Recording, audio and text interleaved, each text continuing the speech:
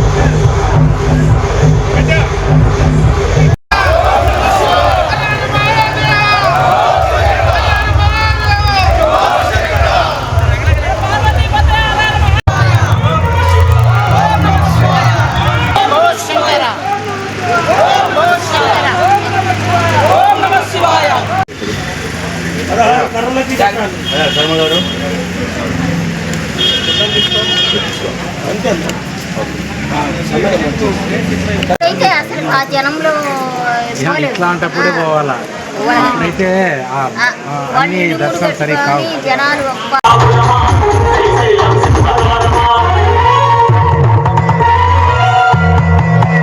నమశివాయ.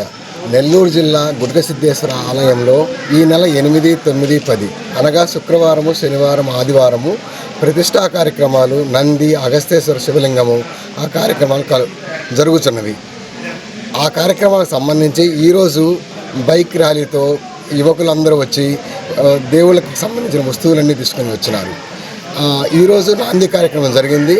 అట్లానే రేపు కూడా దీనికి కంటిన్యూషన్గా కార్యక్రమాలు, హోమం జరుగుతాయి.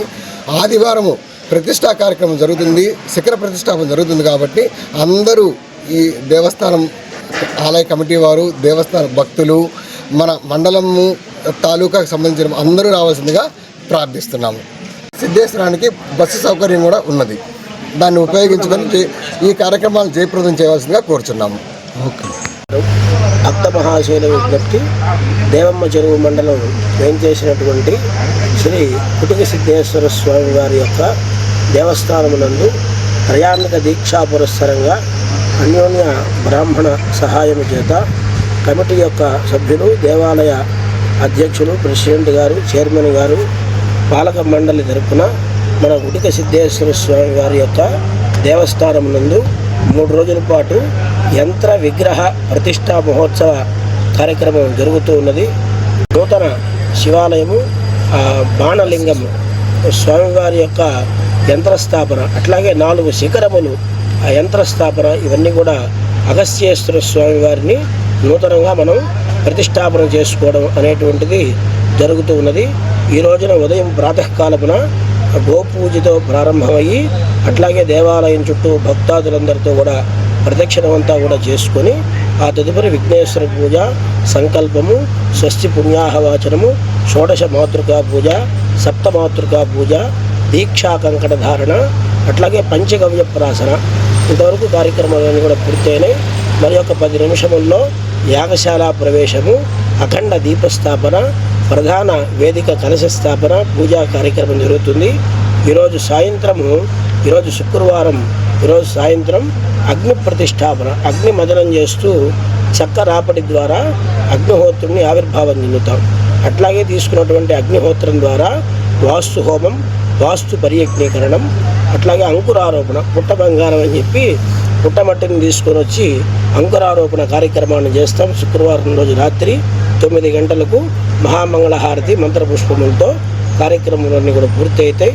అట్లాగే రేపు ఉదయం మళ్ళా ప్రాతకాలమున శనివారం రోజు ఉదయము గురు ప్రార్థన, ప్రధాన కలశ స్థాపన, సర్వతో భద్రమండల దేవతా ఆవాహన, అర్చనలు, పూజా కార్యక్రమాలు జరుగుతాయి. అట్లాగే నూతనంగా మనం ఈ అగస్త్యేశ్వర స్వామి వారి బాణలింగాన్ని ఏర్పాటు చేసుకున్నాం, నందీశ్వరుని ఏర్పాటు చేశాం. అట్లాగే అమ్మవారికి సింహవాహనం లేకపోతే సింహవాహనాన్ని ఏర్పాటు చేసి ఉన్నారు భక్తులు. ఉభయదాతలంతా కూడా కలిసి కంకణాన్ని కట్టుకొని దీక్షా వస్త్రములన్నీ కూడా ధరించి ఈ యొక్క సింహవాహనమునకు నూతనమైనటువంటి రజతము, ఎప్పుడైతే దేవత యొక్క ప్రతిష్ఠ జరుగుతూ ఉంటుందో ఆ ప్రతిష్టలో బంగారంతో చేయించినటువంటి యంత్రాన్ని పెట్టాలి, లేదా వెండితో చేయించిన యంత్రాన్ని పెట్టాలి, పంచలోహంతో చేసినటువంటి యంత్రాన్ని పెట్టాలి. ఆ శక్తి కూడా లేకపోతే రాగితో చేసిన యంత్రాన్ని పెడుతూ ఉంటారు. మన దేవస్థానం కమిటీ వారు వెండి యంత్రములు నియమించారు. కాబట్టి ఆ వెండి యంత్రములకు అనుష్ఠానము, జపము, తర్పణము, హోమము ఇత్యాది కార్యక్రమాలన్నీ కూడా చేస్తూ ఆ యంత్ర స్థాపన అనేటువంటిది ఆదివారం నాడు ఉదయం 8 గంటలకు జరుగుతుంది. ఇట్లా 3 రోజుల పాటు ఉదయము సాయంత్రము కార్యక్రమం జరుగుతాయి. 3వ రోజు ఆదివారం రోజు మధ్యాహ్నం 12 గంటలకల్లా లోక కళ్యాణార్థం శాంతి కళ్యాణ మహోత్సవం చేసుకుంటాం. ఉదయం 7:30కు గర్తన్యాసము, యంత్రన్యాసము, దాతన్యాసము, బీజన్యాసం అని చెప్పి వివిధ న్యాసములతో స్వామివారి పీఠం మీద ఆవాహనం చేసుకొని దాని మీద 8 గంటల తర్వాత యంత్రస్థాపనం చేస్తాం. ఆ తర్వాత విగ్రహ స్థాపన చేస్తాం. విగ్రహ స్థాపన అయిన తర్వాత పూర్ణాహుతి కార్యక్రమం ఉంటుంది. పూర్ణాహుతి కార్యక్రమం అయిన తర్వాత మండపాలన్నింటికి కూడా కలశోద్వాసన చేస్తాం. కలశోద్వాసన అయిన తర్వాత అవభృత స్నానం ఉంటాం. ఏదైతే మనం నూతనంగా విగ్రహములకు అక్కడ యంత్రాన్ని విగ్రహాన్ని ఏర్పరిచామో కలశముల్లో ఉన్నటువంటి శక్తి చైతన్యం అంతా కూడా ఆ దేవతలకు యంత్రానికి విగ్రహానికి దారపోయడం జరుగుతుంది. దాన్ని మహాకుంభాభిషేకం అంటారు. ఆ తర్వాత నుంచి శిఖరాలన్నీ ప్రతిష్టాపన జరుగుతాయి. శిఖరానికి పూర్ణములన్నీ కూడా నివేదన పెట్టుకొని ఆ కుంభాభిషేకం జరిపిన పిమ్మట మళ్ళా 12 ఏళ్లకు ఒకసారి ఈ యొక్క దేవాలయంలో కుంభాభిషేక కార్యక్రమాలు నిర్వహిస్తారు కమిటీ వారు. ఈ విధంగా 3 రోజుల పాటు ఈ యొక్క ప్రతిష్టా మహోత్సవాన్ని జరుపుతూ ఉన్నారు.